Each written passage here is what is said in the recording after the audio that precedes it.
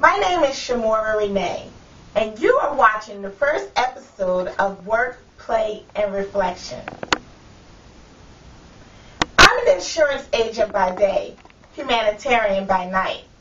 One might say I have my hands in a little bit of everything. What I like to talk about in my workshops is living a balanced life. And for me, that consists of 50% work, education, your career, personal growth.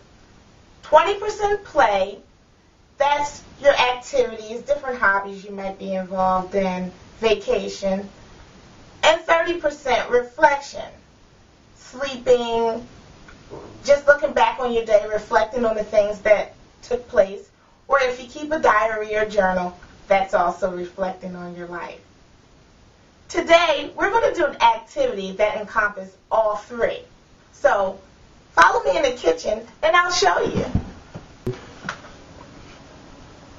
For this activity, you will need one large box, one box cutter, clear tape, clear mailing tape, aluminum foil, plastic wrap, wax paper, scissors, toothpicks, a brownie box, and a few of your favorite photos. My friends call me a hoarder, and I agree to some degree. One of the things that I like to hold on to is empty boxes. My love for boxes have taught me to think outside of the box, and I've come up with this nifty, thrifty activity that you can use the next time that you have to bring brownies to a function.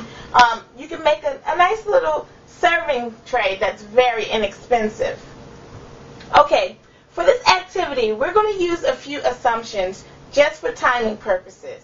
One, we're going to assume that you're baking brownies out of a box and that you held on to your empty box for part of this activity. The first step is you can cut along the edges of your box very neatly, and what you want to do is take out the flat portion, the flat, even portion of the box. And for timing, I've already cut a sample just to show you the activity. Now, what you want to do is grab one of your pieces of aluminum foil. If it's on a roll, that's fine. It's just I like these because they're easier to work with. And you're going to wrap it around your box. And depending on the size of your foil, what you're looking for is a perfect fit, at least to cover the top of the tray. Now, this is the side that's going to be displayed.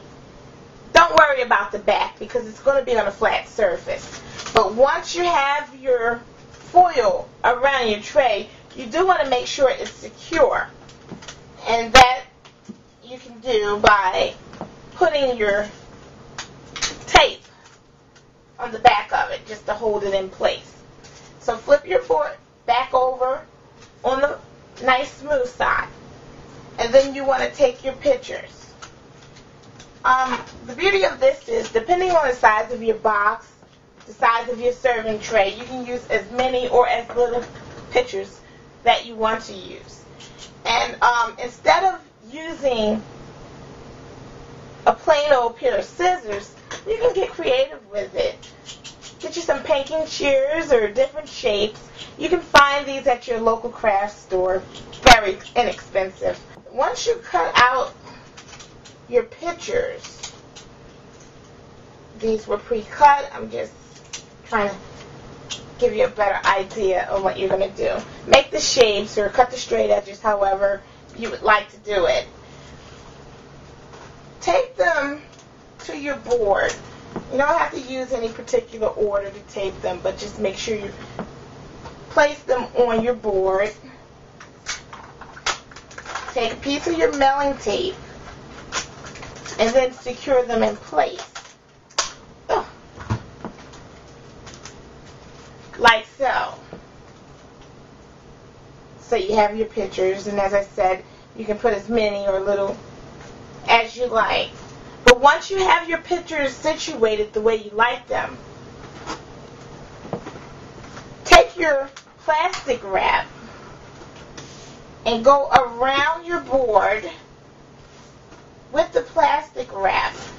And you want to be sure to wrap the entire board. Once you have your plastic wrap secure around it, then it's a good time to move on to the next step with the box. I told you, love empty boxes, but gotta get them out the house. What I like to do with the empty box is just cut it in 3 different sizes, kind of making stair steps. And that's a way you can present your brownies in an even more beautiful fashion. And I'll show you what it looks like later on in the completed product.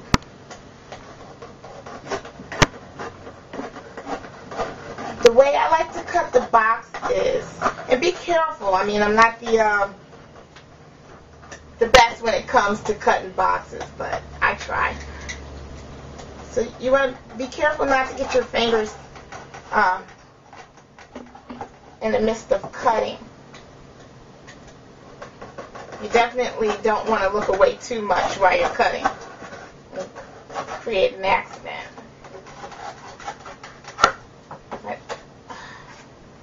And try to get it as nice and neat as possible. If it's not perfect, that's okay, because the brownies are going to cover it anyway. As I said before, you want to do 3 different lengths.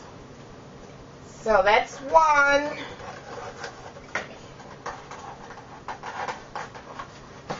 Usually, once the first one is cut, the second and the third are much easier to cut because the box bends a little better. So, I'm just going to use this because I don't want to mess up my countertop. So, hopefully you'll get a better idea of where I'm going with the steers. And voila, steers. But of course we don't want them to look like that. So what we're going to do is grab our trusty foil again.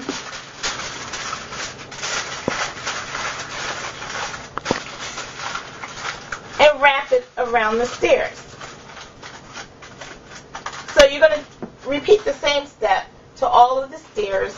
And when you're finished, just take a little piece of tape just to secure them together. Once that step is completed, just take the tape and secure it one step further to your board.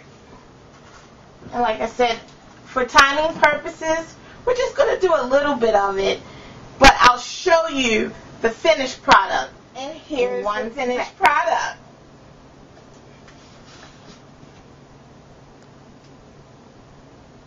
Now, y'all know I don't have a real party to go to, but these surely are real brownies, and I have a real person to help me eat them.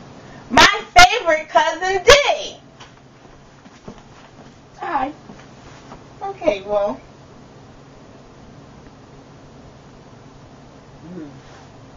These are good. Oh, thank you. You're too kind. You're too kind. Well, thanks again for joining me in my first episode of Work, Play, and Reflection.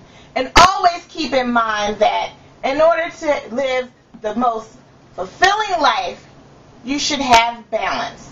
And balance is 50% work, 20% play, and 30% reflection. And if you want to know more about my ideas, please follow me on the web at ShamoraRenee.com. Thank you and have a wonderful day.